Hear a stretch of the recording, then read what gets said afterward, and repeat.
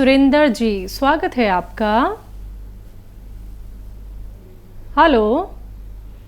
हाँ मैम, नमस्कार जी नमस्कार सर।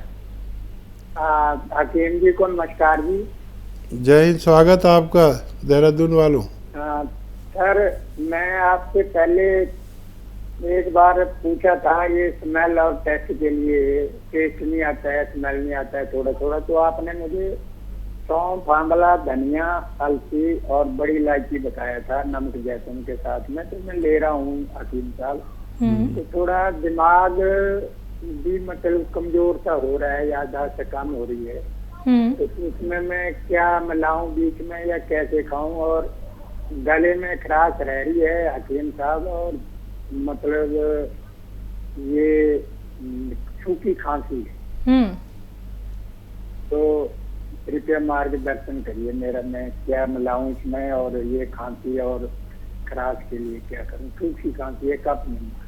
ठीक है, ठीक है। तो देखिए, आपके किचन में गरम मसालों में पीपलें होती हैं। पीपलें ऐसी होती हैं 1-1.25 इंच की लंबी, शहतूत जैसी। गरम मसालों में पीपलें, इसे हिंदी में पीपला मूल कहते हैं। ये आधी पीपलें ऐसे दांत में तोड़ के और उसे चूसते रहें, चबाकर खा जाएं। दिन में आधी सुबह आधी शाम खा लिया करें ये दवा खाने के बाद, तो आपकी खांसी भी अच्छी होना मुमकिन है।